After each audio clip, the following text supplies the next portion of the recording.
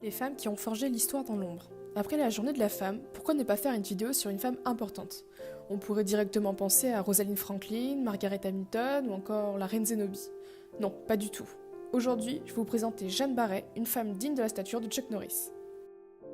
Jeanne Barret, née le 27 juillet 1740 et morte le 5 août 1807, était une exploratrice et botaniste française.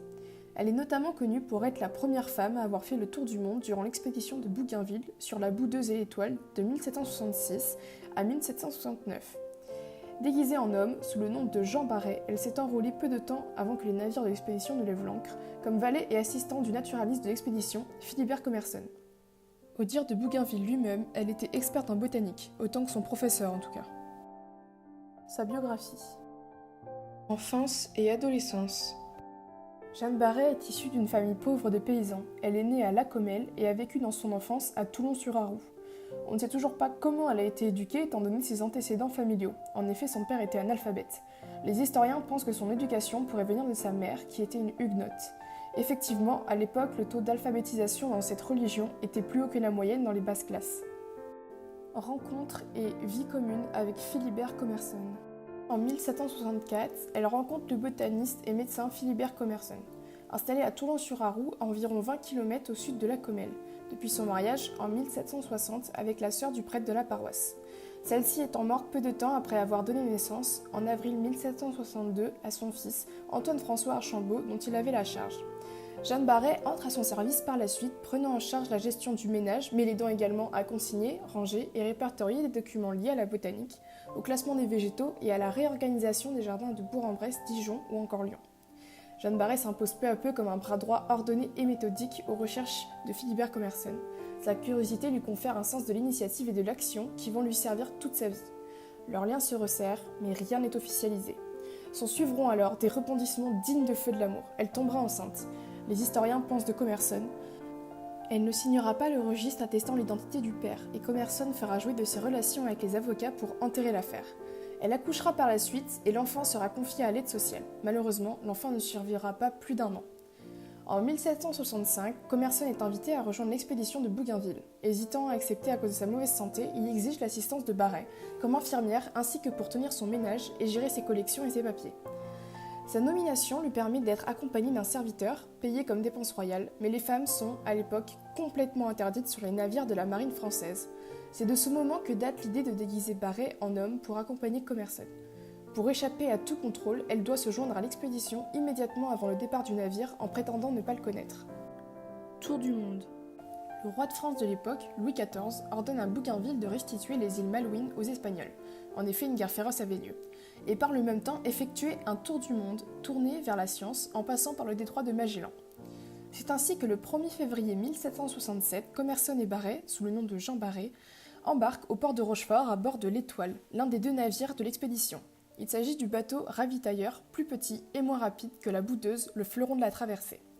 En raison de la grande quantité de matériel emporté par Commerson, le capitaine du navire, François Chénard de la Girodet, a abandonné sa propre cabine à lui et à son assistant, ce qui a donné à Barret beaucoup plus d'intimité qu'elle n'en aurait eu autrement à bord du navire bondé.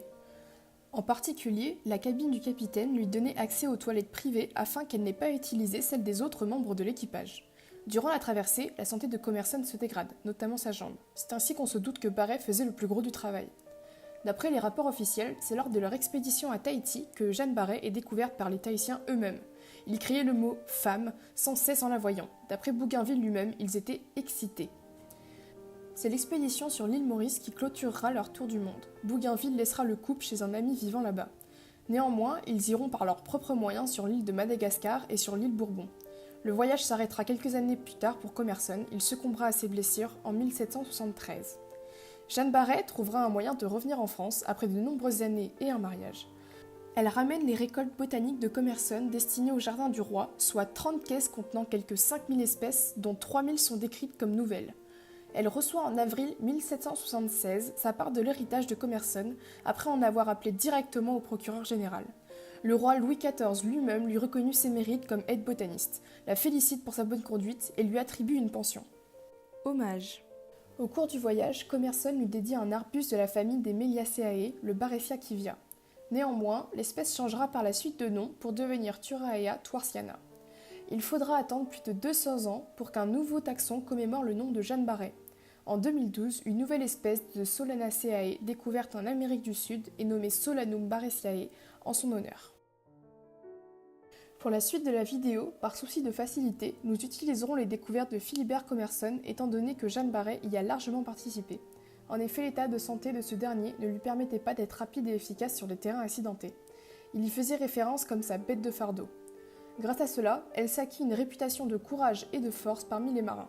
En plus du travail manuel qu'elle a effectué dans la collecte des plantes, des pierres et des coquillages, Barret l'a également aidé à organiser et à cataloguer ses spécimens et ses notes dans les semaines qui ont suivi alors que les navires entraient dans le Pacifique.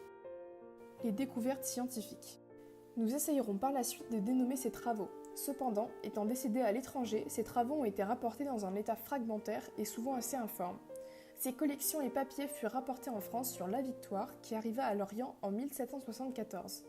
34 caisses envoyées au gouvernement français pour être remises à la collection du Jardin du Roi. Mais l'envoi sera traité avec une négligence que blâmera plus tard Georges Cuvier, naturaliste français, membre de l'Académie des sciences. Jamais Jussieu ne mit de l'ordre dans les papiers de Commerson, qu'il devait publier et qui resteront dans une caisse jusqu'à leur découverte dans un grenier de la maison de Buffon.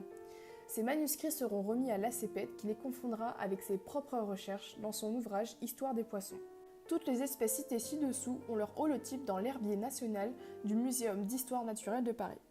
Ainsi donc, commençons par vous donner quelques exemples d'espèces décrites par Commerson triées par localisation. Amérique du Sud. Rio de Janeiro. Bougainvillea spectabilis, du genre Bougainvillea et de la famille des Nyctaginaceae, Buenos Aires, Montevideo. D'après Jussieu, Commerson aurait décrit des plantes appartenant aux familles des Capelia, Geranium, Colletia, Scialea, Solanum, Molinea, Tropaeolum, Aenotera, Bipinula, Berberis ou encore Eryngium. Terre de feu. La Viola maculata, à fleurs jaunes, du genre des violas et de la famille des Violaceae. Océanie. Tahiti. Le prunier de Cythère est le nom commun pour l'arbre appelé Hevia en premier lieu, puis rebaptisé maintes fois pour enfin devenir Spondias dulcis, du genre Spondias et de la famille des Anacardiaceae, Afrique de l'Est. Seychelles. Le Lodoicea maldivica, ou communément appelé cocotier de mer, est du genre des Lodoicea et famille des Aracaceae, Madagascar. Ravenala madagascariensis, ou communément appelé l'arbre du voyageur, appartient au genre Ravenala et de la famille des Strelithiaceae, La Réunion. Hydrangea macrophylla, ou plus communément appelé Hortensia, appartient au genre Hydrangea et à la famille des Hydrangeaceae. Pour conclure, Jeanne Barret joua un rôle déterminant dans les travaux de Commerson. Par ailleurs, il écrivit dans ses manuscrits, en parlant de Thuraea thorsiana, initialement appelée Barycia kivia. Cette plante, aux atours et au feuillage ainsi trompeurs, est dédiée à la vaillante jeune femme qui, prenant l'habit et le tempérament d'un homme, eut la curiosité et l'audace de parcourir le monde entier, par terre et par mer.